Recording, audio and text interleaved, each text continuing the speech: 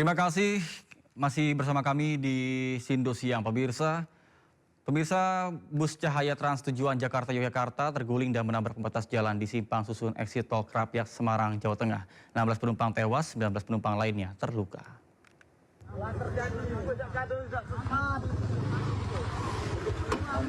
Satu unit bus AKP Medan Jaya terbakar dan diduga alami korsleting listrik di Kabupaten Muratara, Sumatera Selatan.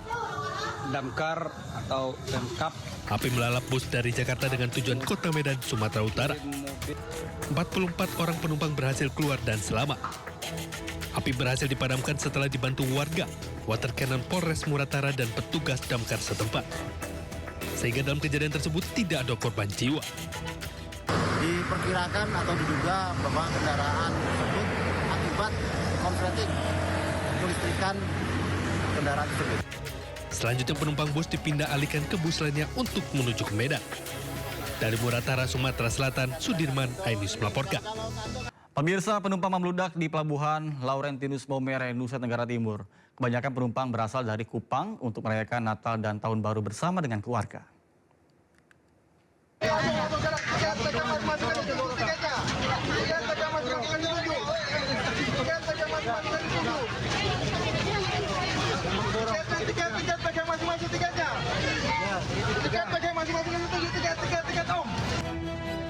Kepadatan penumpang terjadi di Pelabuhan Laurentinus Maumere, Nusa Tenggara Timur, jelang Hari Natal dan Tahun Baru.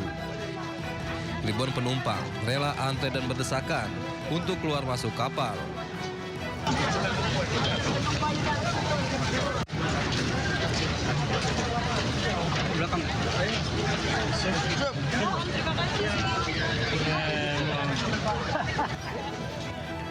Kebanyakan penumpang berasal dari Pelabuhan Kupang yang hendak merayakan Hari Natal bersama keluarga di Maumere. Para penumpang mengaku lebih memilih moda transportasi kapal laut untuk pulang ke kampung halaman karena tarif yang murah. PT PLI juga memberikan diskon tarif sebesar 20% dalam momen libur Nataru tahun ini. Untuk liburan Natal dan Tahun Baru. Dari mana tadi? dari Kupang. Dari Kupang. Bagaimana Anda menggunakan kapal PLI? Aman atau? Aman. Aman ya. Kenapa tidak gunakan pesawat? Tidak karena harganya mahal, terus ya kalau PLI itu harganya lebih murah, terus asik juga. Diperkirakan peningkatan penumpang pada arus mudik Nataru di Pelabuhan Laurentinus Maumere masih akan terus terjadi hingga beberapa hari ke depan. Dari Kabupaten Sika, NTT, Joni Nura, iNews melaporkan. Pemirsa, jelang libur Natal dan Tahun Baru 2026, PT KAI menghadirkan diskon tiket kereta sebesar 30%. Program ini berlaku mulai 22 Desember 2025 hingga 10 Januari 2026. Dalam program tersebut, KAI menyiapkan lebih dari 1.500.000 tempat duduk kereta untuk ekonomi komersial. Hingga 21 Desember 2025, tiket yang terjual mencapai 808.000 lebih atau sekitar 54% dari total kuota. Angka penjualan ini terus mengalami kenaikan seiring mendekatnya puncak arus mudik dan libur Nataru. Untuk kereta api jarak jauh, penjualan telah mencapai lebih dari 2 juta tiket atau 73,7% dari total kapasitas. Sementara itu, kereta api lokal baru terjual sekitar 32%. Dan pemirsa, untuk mengetahui informasi terkini dari arus mudik libur Nataru 2025 sudah ada rekan kami Jen Cahyani bersama dengan juru kamera Raga Firdaus yang melaporkan langsung dari stasiun Pasar Senen Jakarta. Baik, selamat siang Jen. Bagaimana situasi di tempat Anda melaporkan? Silakan.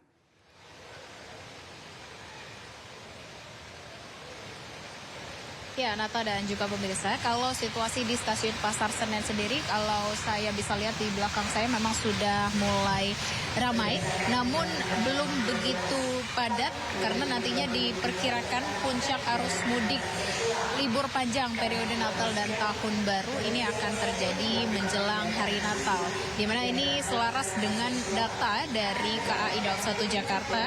kalau okupansi yang sudah tercatat untuk para penumpang atau calon penumpang kereta api yang akan berangkat dari Daob 1 Jakarta ini puncaknya ada di tanggal 24 Desember 2025. Dan memang bagaimana antusias dari masyarakat yang akan melakukan perjalanan menggunakan moda transportasi kereta api ini ditambah dengan adanya potongan harga atau diskon tiket hingga 30%, di mana ini selama periode dicatat tanggal 22 Desember 2025 sampai 10 Januari 2026.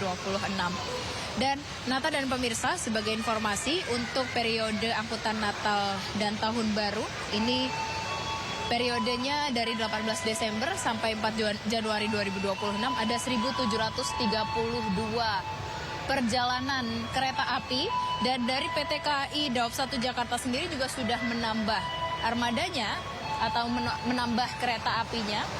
Ini dengan total ada sebanyak 84 kereta api, di mana kereta api reguler yang dipergunakan ada 68 kereta api dan dengan kereta api tambahan ada 16 kereta api. Sementara itu Nata dan juga pemirsa, untuk tanggal-tanggal dan tujuan favorit tadi sudah sempat saya sebutkan, puncaknya di tanggal 24 Desember 2025. Dan untuk kota tujuan favorit ini ada di Jogja, kemudian Semarang, Surabaya, Bandung, dan juga Purwokerto. Dan kalau saya lihat bagaimana kondisi di stasiun Pasar Senen sendiri, ini nantinya diperkirakan semakin siang atau semakin malam semakin ramai atau semakin padat, dan menuju ke hari Natal atau menuju tanggal 25 ini semakin padat. Dan kalau bisa dilihat juga tadi ya Nathan dan juga pemirsa, di stasiun Pasar Senen sendiri sudah banyak sekali ornamen dan tulisan Selamat Natal dan Tahun Baru 2026. Nah, ini menambah bagaimana suasana untuk libur panjang Natal 2025 dan Tahun Baru 2026 ini semakin terasa. Dan untuk fasilitasnya juga di stasiun Pasar Senen sudah sangat memadai, di mana ini menambah kenyamanan dari para calon penumpang yang ingin melakukan perjalanan menggunakan mode transportasi kereta api yang masih menjadi favorit masyarakat untuk berangkat ataupun juga pulang kampung ke kampung halaman untuk menikmati libur panjang. Nathan. Baik, terima kasih Jen Cahyani bersama dengan juru kamera Raga Firdaus melaporkan langsung dari stasiun Pasar Senen Jakarta. Selamat bertugas kembali. Pemirsa, bantuan kemanusiaan kembali disalurkan oleh MNC Peduli kepada warga terdampak bencana di Sumatera. Kali ini bantuan masyarakat melalui MNC Peduli menyasar korban banjir bandang di Nagari Salareh Aya Timur dan Nagari Jorong Lambeh, Kabupaten Agam, Sumatera Barat.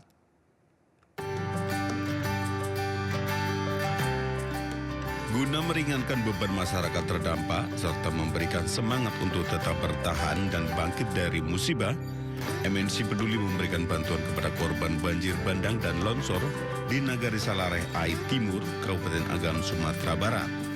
Bantuan kemanusiaan dari masyarakat Indonesia seberat 8,5 ton terdiri dari sembako, air mineral, susu, sarden, biskuit, selimut, serta kebutuhan pokok lainnya. Jadi kita datang kemari memberikan bantuan berupa beras, ada air mineral, ada mie instan, ada susu untuk bayi, ada sarden, selimut juga kita berikan di sini. Mudah-mudahan ini bermanfaat bagi masyarakat yang masih ada tinggal di pengungsian ini. Kami telah menerima bantuan dari MNC Peduli dan kami berikan ke masyarakat, dan kami yakin kedatangan MNC Peduli sangat menghibur, sangat memberikan kekuatan dan manfaat kepada masyarakat kami. Bersama Brimob Sumbar, tim MNC Peduli juga menyalurkan bantuan kemanusiaan di wilayah terisolir, yakni Nagari Jorong Lambeh yang disambut dengan sukacita. Terutama dari MNC Peduli sangat membantu masyarakat di sini karena masih banyak masyarakat kita terisolir.